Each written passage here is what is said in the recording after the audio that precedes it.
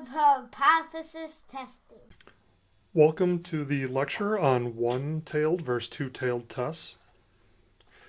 Before you get started with this lecture, I'd encourage you to look down in the description below, and you will be able to see a worksheet that you can follow along with. That will just help you to engage with this material a little bit better and make sure that you thoroughly are processing everything that's going on in this class or in this lecture. So in this lecture, we are looking at one-tailed versus two-tailed tests. This worksheet or this diagram to the left is essentially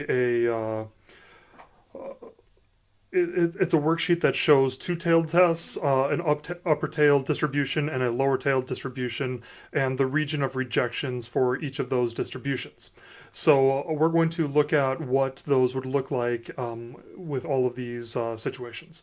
First of all, we're going to be using the same situation for all three diagrams and what that would look like in all three diagrams. First of all, we have three different types of tests. We have a two-tailed test, we have an upper-tailed test, or a right-tailed test, if you will, and then we have a lower-tailed test, or a left-tailed test.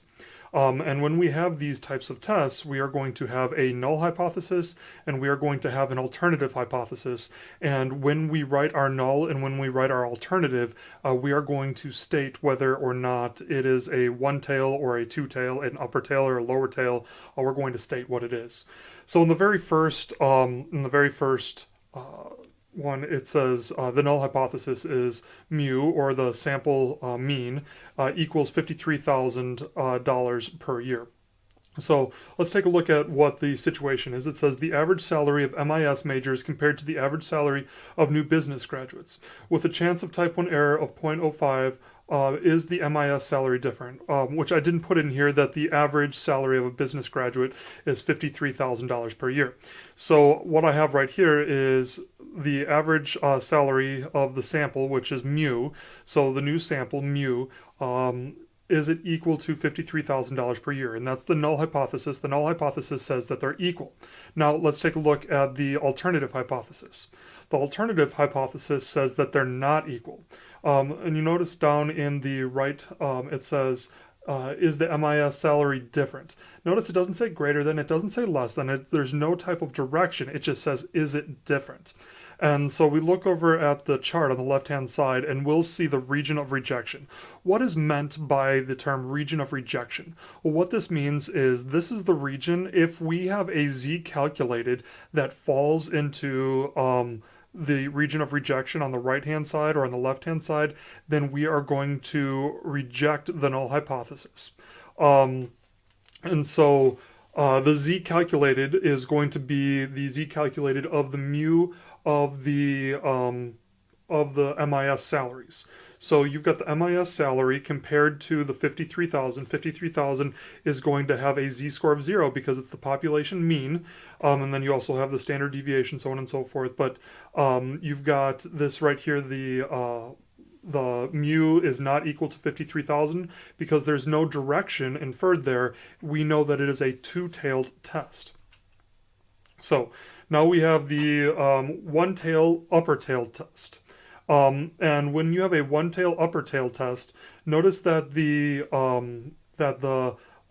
greater than or equals to sign is pointed in the direction. It is pointed in the direction of the upper tail. So it is when you have this mu is greater than 53,000, it's going to be pointed into the direction of the upper tail. This is very important because when we get a little bit further and we state the null and alternative hypothesis, the tail of the test is always going to be pointed, the sign for the alternative hypothesis is always going to point in the direction of the tail. And so something else that I want you to notice is we've got an alpha of 0.05. An alpha of 0.05 as compared to up top, we also have an alpha of 0.05. We're actually going to get into that a little bit different, but on the top, the alpha is split into two, so it's actually 0.025 on one side and 0.025 on the other side, where in one-tailed test, all 0.05 is in one section. And we'll get into that in just a minute. And notice it also says higher. So in the question it says, is the MIS salary higher, which means is it greater than, so it's going to be an upper tail test. Next, we've got the region of rejection is going to be in the lower tail, and it says, is the MIS salary lower? Is the MIS salary lower? So, and the sign points to the lower tail, and because the sign points to the lower tail, we know that it's going to be a lower tail test. Now, this is what I was talking about a little bit earlier. We have type 1 error. You notice that the chance of type 1 error is 0.05, 0.05, and 0.05 for each one of these. However, the alpha levels, or rather the critical level, the critical Z value is going to be different for each one. With the top one, with the two-tail test, because it's split between two tails, we are going to have the probability of it falling on the right-hand side of 0.025, and the probability of it falling on the region of rejection on the left-hand side is also 0.025, but the two of them added together is going to equal 0.05. And because of that, we've got a region of rejection of plus or minus 1.96. And then going down a little bit further, you've got the region of rejection is all loaded on one tail. It's all loaded in the upper tail. And so if you go into the Z chart, you're going to be able to see that in the Z chart, if you go to the Z value of 1.645, if you go to the Z value of 1.645 or negative 1.645, either one, you're going to notice that anything above 1.645, the probability of a Z value being above 1.645 is going to be 0.05. And going back up to the two-tail test, when you go to 1.96, when you go to that on the Z chart, you're going to see the probability of a Z value being above 1.96 is 0.025. Also, the probability of a Z value being below 1.96 or below negative 1.96 is also 0.025. And then finally in the bottom, we've got the region of rejection is on the left-hand side, and so you've got the critical value of negative 1.645, and so with an alpha of 0.05, the probability of a Z value being below negative 1.645 is going to be 0.05 on the Z chart. And also in here, you're going to see on the bottom, it says the region of rejection for a two-tail test. It's got some information for you there about the decision rule, about the hypothesis, the null and alternative hypotheses, so on and so forth. Okay, so now we've got a two-tail test example. Jamestown Steel Company manufactures and assembles desks and other office equipment at several plants in New York State. At the Fredonia plant, the weekly production of Model A325 desk follows a normal distribution with a mean of 200 and a standard deviation of 16. New production methods have been introduced, and the Vice President of Manufacturing would like to investigate whether or not there has been a change in weekly production of the Model A325. Is the mean number of the desk produced different from the 200 at the 0.01 significant level? So there's a few things that we need to look at because we're taking this step, and once again, right now is where you need to really be pulling out that worksheet and working through the worksheet with us, because we've got the steps. Step 1, state the null and the alternative hypothesis. So notice it says there has been a change. There is no direction inferred. We do not think that it is that more desks have been produced or less desks have been produced. And so because of that, we just note that there has been a change, which is a two-directional or a two-tailed test. Next, we've got a 0.01 significance level. So for step 2, we're going to select the level of significance. Here, the alpha is 0.01. Okay, and also we already selected the tail, so we've got a 0.01, and it's a two-tailed test, so 0.01 is going to be split between two tails. So it's going to be that there is going to be the region of rejection on the right-hand side is going to have a probability of a Z value falling in that area of 0.005, and in the left-hand side, the probability of rejection in the left tail is going to also be 0.005. And then select the test statistic. In this example, because we have a population standard deviation of 16, we're going to use the Z test statistic. So notice that the standard deviation there, it says that this is the population standard deviation. So like I said a little bit earlier, in the left-hand side, we've got the 0.005, and in the right-hand side, we've got the 0.005. So we've got the decision rule now. So this right here is step 4. Step 4 is the decision rule, and if z-calc is less than negative 2.576, we are going to reject the null hypothesis.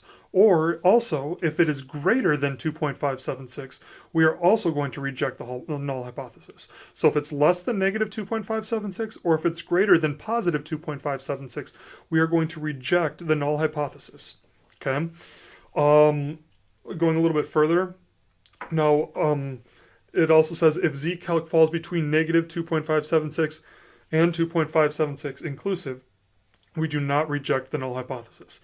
Now, these terms are probably a little bit new to you. Z-calculated is the calculated z-statistic of the sample.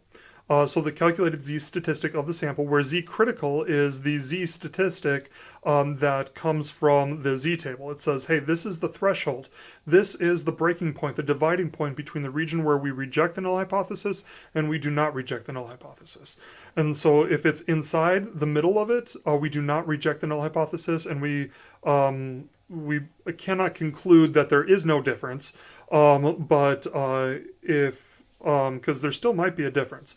We don't really ever know anything for certain. What we're just saying is we fail to reject, or we reject the null hypothesis. So we reject the null hypothesis, and going down a little bit further, I just wrote it a little bit more succinctly with just terms and values. It's the same as what's written above, just with symbols. So where it says z-calc negative 2.576, it's the exact same thing as what's here. It's just without all the words. Okay. Then right down here, you're going to see z-crit. Z-crit is the negative 2.576 and positive 2.576. So, and you notice everything over on the right-hand side is the region of rejection. Everything on the left-hand side is the region of rejection. Everything in the middle, you do not reject if you get a z calculated in the middle. Next, we are going to take step 5. Step 5, we take samples, compute the test statistic, and make a decision. Okay, so we take a sample. Okay, the mean number of desks produced last year is 203.5. The standard deviation of the population is 16 desks per week. Compute z-calc. As stated in the previous slide, the average number of desks per week prior to changing production methods was 200. Okay, so let's take a look at this. So we are going to calculate the z-calculated. First thing is we find the mean of the sample. So this is the mean of the sample, and so we've got x bar, the mean of the sample, minus the mean of the population, and that's going to be divided by the standard deviation of the population divided by the square root of n. So we've got all that information right in here, and so when we have all that information right in here, we are going to be able to provide a little bit more information about whether or not z-calculated is actually significant. Is it actually saying that it's different? And so that gives us the z-calc equals 1.547. And so when we look at 1.547, we need to make a decision. 1.547 compared to in the previous slide, remember, it's got to go beyond. What was it that it needs to go beyond? It needs to go above 2.576, or it needs to go below negative 2.576. But because 1.547 is not above or below the critical value, we're going to fail to reject the null. So we fail to reject the null, but that's not where this ends. It's not good enough to say, we failed to reject the null hypothesis. It's not good enough to say we failed to reject the null hypothesis.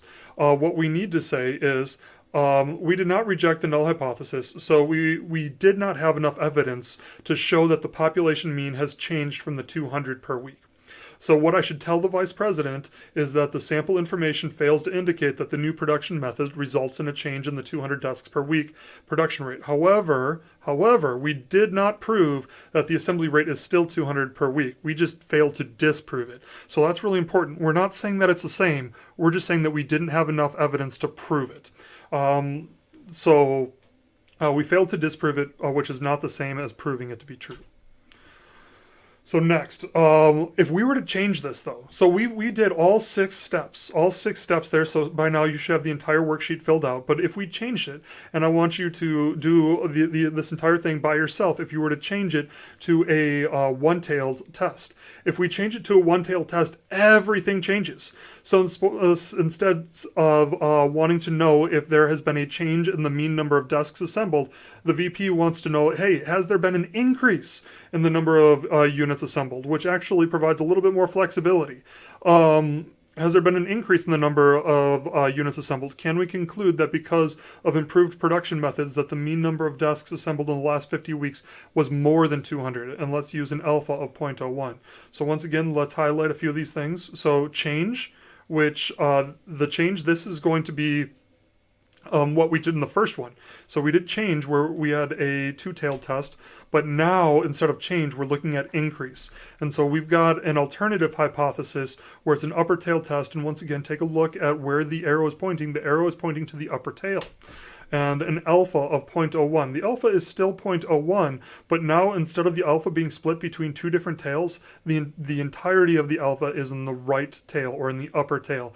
And so you notice the critical value changes. The critical value now decreases. And so everything changes. And so I want you to go through this by yourself and go through all 5 or all 6 steps and see if you come to a different conclusion. You may or may not come to a different conclusion. But it's still important to know if the hypothesis changes, the outcome may also change. So that's the conclusion of this lecture. Hopefully this was beneficial, and feel free to repeat it as often as you need.